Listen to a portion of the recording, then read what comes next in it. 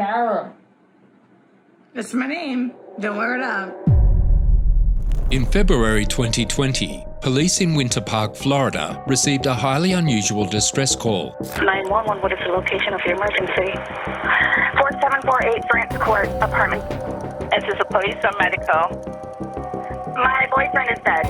Tell me exactly what happened here. My boyfriend and I were playing last night, and I put him in a suitcase and we were playing. And like kind of hide and seek kind of thing. So I fell asleep and I woke up and he was dead in the suitcase. So I don't know what happened. Sarah Boone was a woman of many faces. She claimed to be a gifted student, a devoted mother, and someone who always accomplished her goals. But when her boyfriend suffocated inside a suitcase right in front of her, why did she laugh and film his suffering on her phone? Sarah tried to play the incident off as a fatal accident, but the disturbing truth soon came to light. What was Sarah's motive for murdering the man she claimed to love? On the night of February 24, 2020, 42-year-old Sarah Boone and her boyfriend, Jorge Torres Jr., had drank some wine, played a puzzle game, and decided to play a game of hide and seek. During this game, they discovered a blue zip-up suitcase hiding away in their closet, and Sarah told Jorge that it would make her laugh to see him lock himself inside it. Sarah then left Jorge on the living room floor while she went upstairs, forgetting that her boyfriend was locked in the airtight space. But here, the drink finally got to her. She passed out on their bed. Sarah woke up in an empty bed around 11:30 a.m. the next morning. She assumed Jorge was already sitting at his computer downstairs, but after staying in bed for an hour, the eerie silence began to claw at her. It became clear that no one else was in the house, so she rushed downstairs, suddenly remembering the horrors of the night before. Sarah found the suitcase, opened it up, and found Jorge purple and unresponsive. Sarah's ex-husband Brian had been calling Sarah since 11 a.m, wanting to know if his famously unreliable ex was going to pick up their son from school that day. When Sarah had finally answered, she told Brian what had happened. Brian rushed over to Sarah's place and eventually got Sarah to call the police. Jorge Torres Jr. was pronounced dead from positional asphyxiation. His autopsy results showed trauma to multiple parts of his body, bruises, cuts, and severe abrasions. It was concluded that Jorge had been in the suitcase for around 11 hours and had taken him 3 or 4 hours to die. The report showed that this wasn't a fatal accident, it was homicide. When police first arrived on the scene, Sarah did not seem too concerned by her boyfriend's bizarre and painful death. During initial questioning by the first responders, Sarah's apparent grief and remorse would almost disappear when faced with unexpected questions, and she didn't seem detached or shocked either. Apparently, Sarah did not understand that her house was now a crime scene, and she could not just go marching through it for a soda. Sarah's main concern seemed to be that her needs weren't being prioritized, rather than the fact that her boyfriend was dead. In fact, one of her first questions to police on scene was if she could get her a Dr. Pepper, water, and cigarettes. Brian, Sarah's ex-husband, recounted to police how Sarah's descent into severe alcoholism had begun shortly after Sarah's son, Lucas, was born. Brian said that Sarah would stay out until 3 to 4 in the morning, only to then bring her new bar friends back to their house to keep the party going, even on weeknights when Brian had work and Lucas had school. According to Brian, on one occasion, one of Sarah's new friends burst into their house at 3 in the morning screaming for Sarah. When drunk, Sarah would become violent and Brian would have to defend himself while Sarah assaulted him. None of these new lows made Sarah even consider slowing down her drinking. Eventually, Brian was finally pushed to his limit and divorced Sarah, taking custody of Lucas, while she soon began seeing Jorge, who had been part of her collection of drunken friends. The problem for Sarah was that Jorge lacked the control over his violent impulses that Brian did, so he had much less of a problem hitting Sarah back. Worse still, Sarah still had access to Lucas, though she often put off seeing him so she could drink more. This meant Brian would frequently have to send Lucas into an environment that was volatile, dysfunctional, and often explosive. Furthermore, Sarah would frequently hit Brian up for cash on top of the alimony he was already paying, despite Sarah claiming she was looking for a job and had great many opportunities. Finally, there was one last important detail that the police questioned. Jorge frequently had scratches on his neck. Sadly and disturbingly, Brian was able to fill this in. Punching and clawing, particularly at the neck, was Sarah's preferred form of drunken violence. As the investigation began to pick up, the testimonies of neighbours and family members, including Brian and Jorge's brother Juan, seemed very consistent. Sarah and Jorge were both aggressive alcoholics. Their relationship was highly dysfunctional and uncontrollable outbursts were common. They were locked in a codependent cycle of drinking, bitter arguments, and mutual domestic violence. Both were often seen with bruises and black eyes, and their constant drinking, arguments, and frequent assaults on each other had begun to stress out the couple's families. But while Jorge was the one who was more frequently arrested because Sarah was more likely to call the police, he seemed to know how to stay somewhat functional.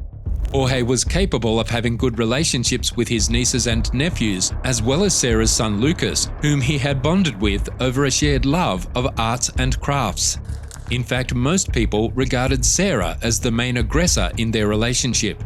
For everyone the police interviewed, Sarah being drunk, out of control, and flying off the handle was a common story. While most of her drunken rage was directed at Jorge, Sarah's anger was far more dramatic and wild. Juan remembered once finding Jorge having to restrain Sarah from assaulting a man she had seen urinating in public. On another occasion, Sarah had hit Jorge with her car while he was riding a bicycle, although reasons why remain unknown. She had also pushed over Juan and Jorge's father because he didn't want a hug from her. Furthermore, while Sarah regularly called the cops on Jorge, she would always end up bailing him out. She would also call Brian in the middle of the night wanting him to come and pick her up because the situation with Jorge had become too much to handle. When Brian would refuse, Sarah would go back into the house and sleep off her frustration. By the next morning, Sarah would have forgotten all about the incident. When police called Sarah in for questioning, she came prepared.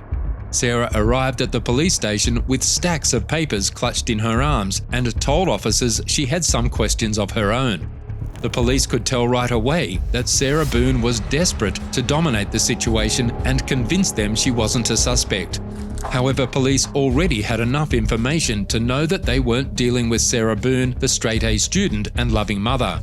They were dealing with a much different type of person, and they knew that if they let Sarah talk, she'd eventually wrap herself up in a web of lies. Sarah insisted that her relationship with Jorge had been going well. Jorge had been attending anger management classes, working and obeying his parole. According to Sarah, she didn't want to drink but had been roped into drinking by Jorge, who used alcohol to deal with his problems. Meanwhile, Sarah claimed that she was nothing short of an angel. She told police how she was always on top of things around her house. She boasted of how she was a straight-A student and a perfect mother.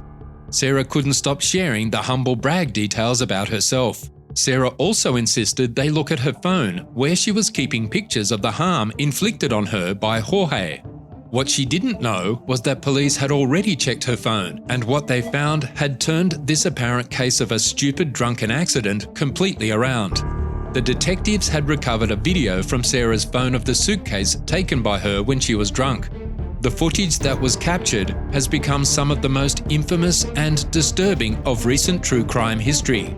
In this video, it shows for 2 minutes the suitcase rocking on the ground like something out of a horror movie. I can't fucking breathe, babe. Seriously. For everything you've done to me. Sarah. For everything you've done to me. Sarah. Sarah. Fuck you. Sarah. Stupid. Sarah. That's my name. Don't wear it up. I can't breathe, babe. Oh. That's what I feel like when you chewing on me. Sarah. Ew. Can't breathe, Sarah. When presented with the footage, Sarah broke down and began playing the part of the victim. She suddenly pretended that being forced to watch the footage was heartbreaking. She tried to make excuses for everything that happened in the video.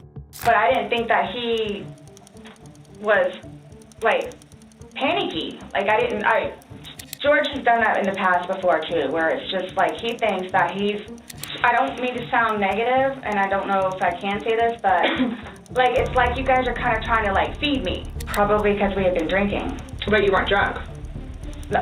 Just because you're drunk doesn't mean that you... times that you were not drunk. You said that you had your wits about you. You said he had his wits about you. Mm-hmm. You said that you don't like not having your wits. In my experience, if somebody cannot remember doing something to the extent of making 2 videos and taking a photo, they are intoxicated. In Sarah's mind, these excuses would be enough to set her free. Sarah believed she'd be able to go home, but her apparent plan to manipulate her way out of the interrogation room quickly fell apart. The police saw right through her sob stories, and it became clear that they were dealing with a narcissistic murderer. During their investigation, police also discovered one very bizarre coincidence.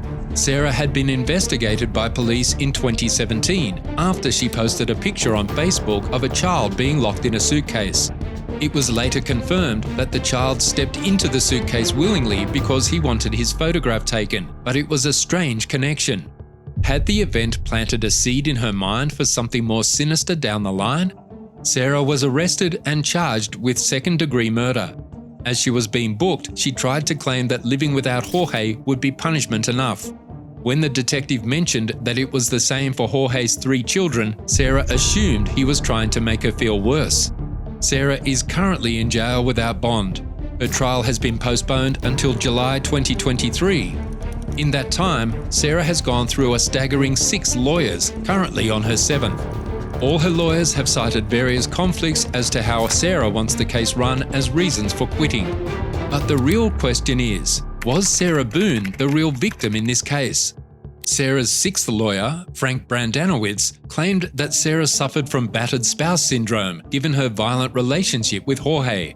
It also requires Sarah to undergo psychological evaluation by psychiatrists employed by both the state and the defense.